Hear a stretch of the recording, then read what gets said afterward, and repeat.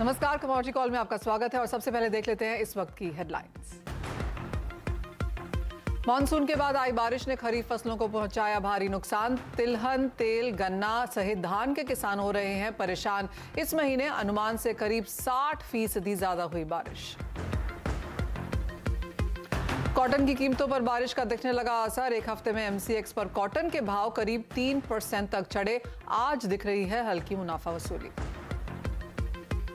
बढ़ती डिमांड और बढ़ते प्रोसेसिंग कॉस्ट से स्टील में मजबूती। अंतर्राष्ट्रीय बाजार में भाव एक महीने के उच्चतम स्तर पर।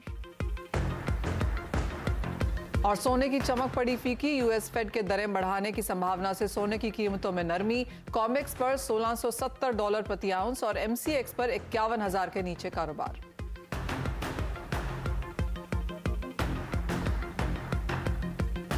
हमारे साथ कार्यक्रम में हमारे गेस्ट जुड़ चुके हैं। पृथ्वी फिनमार्ट के डायरेक्टर मनोज जैन और SSJ फाइनेंस के प्रियांक उपाध्याय। आप दोनों का कार्यक्रम में स्वागत है। प्रियांक, आपसे जानना चाहेंगे इस बाजार में आपकी टॉप रणनीति कहां है? Good evening Manisha ji. आज हमारी पिक क्रूड ऑयल में रहेगी। हमने देखा कि क्रूड ऑयल के प्राइसेस में काफी एक उछाल दिखा था और लास्ट 2 ट्रेडिंग सेशन से एक मुनाफा वसूली हायर लेवल से दिखी है।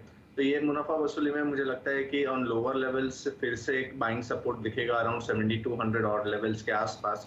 तो वहाँ पे हमारी बाई की स्ट्रैटेजी रहेगी अराउंड 7230 के आसपास। स्टॉप लॉस 7000 के नीचे रहेगा और फिर से हम एक बार 7500 7550 तक के टारगेट्स एक्सपेक्ट कर सकते हैं ऑन द हायर साइड।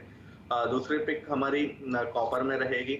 हमने देखा था कि कल कॉपर के प्राइसेस में एक उछाल देखा था 660 के आसपास से फिर से करेक्शन सेट इन होते हुए देखा है। अभी जब तक 660 के ऊपर सस्टेन नहीं करता, मुझे लगता है कि एक और पुश टुवर्ड्स 640 635 जोन्स तक आ सकता है। तो यहाँ पे from the short term angle sell on rallies की स्ट्रैटेजी रखनी चाहिए 652 के आसपास। स्टॉप लॉस 662 का रहेगा एंड 637 के शॉर्ट टर्म टारगेट्स रहेंगे। ऑलराइट, तो वहां पर बेचकर कारोबार करना है। मेटल्स में और गिरावट की एक्सपेक्टेशन। मनोज जी, आप कैसे देखते हैं एग्री में कारोबार? नमस्कार मनीषा जी, बिल्कुल यहाँ पे वोलेटिलिटी काफी है, लेकिन हमने काफी सारी कमोडिटीज में लोअर लेवल्स पर बार्गेन बाइंग भी आते हुए देखी है। जैसा कि आपने बताया कि जो बारिश का असर है वो कॉटन की कीमतों में देखने को मिला है। गत सप्ताह हमने कॉटन में बाइंग रिकमेंड भी की थी 35,000 के स्तर के लिए और आज वो लक्ष्य हासिल भी हुए हैं। आज हमारा मानना है कि यहाँ पे कपास में हल्की नरमी देखने को मिल रही है, तो गिरावट में फिर एक बार यहाँ बाइंग की अपॉर्चुनिटी के रूप में देखना चाहिए। NCDEX कपास अप्रैल कॉन्ट्रैक्ट में 1620 के स्तर पर बाइंग करके चलना चाहिए 1650 के लक्ष्य के लिए। स्टॉप लॉस रहेगा 1605 का। वहीं ग्वारसीड और ग्वारगम में भी लोअर लेवल्स पर आज सपोर्ट बनते हुए दिखे हैं। तो ग्वारगम नवंबर कॉन्ट्रैक्ट में 9300 के स्तर पर हम यहाँ पे बाइंग की रिकमेंडेशन करेंगे 9500 के लक्ष्य के लिए। एक स्टॉप लॉस होगा 9180। कॉटन और गुआर में वो कारोबार करने की राय है, लेकिन इस महीने में जैसे बात की जा रही है कि पोस्ट मॉनसून वाली जो बारिश है इसने खरीफ फसलों को बहुत नुकसान पहुंचाया है। तेज बारिश और हवाओं ने पकने को तैयार धान की फसल जमीन पे गिरा दी है। इससे किसानों को काफी परेशानी का सामना करना पड़ सकता है। आइए सुनते हैं एक किसान की जुबानी, उन्होंने यूपी से क्या कहा है।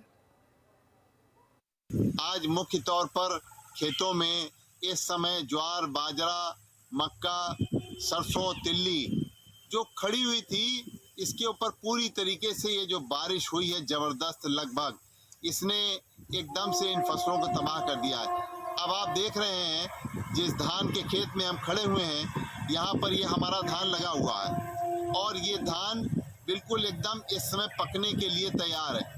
लेकिन इस बारिश और बारिश के साथ जो तेज हवाएं चली, उनकी वजह से धान पूरी तरीके से गिर गया है और जमीन का गिरा हुआ इस समय का धान फिर उठ नहीं पाता, यानी कि हमको पूरा नुकसान।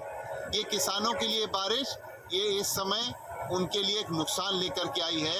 इस बार किसानों को बारिश ने बहुत रुलाया है। जिस समय बारिश जून और जुलाई के महीने में होनी चाहिए थी, उस समय सूखा पड़ गया, बारिश हुई ही नहीं। और जिस समय किसी तरीके से अगर किसान ने अपनी फसल लगा भी ली, तो जिस समय फसल पकने का समय था, जब खेतों में फसल पक गई, उस समय ये यहाँ पर आप देख रहे हैं कि भयंकर बारिश से सब फसल तबाह हो रही है, गिरी पड़ी हुई है।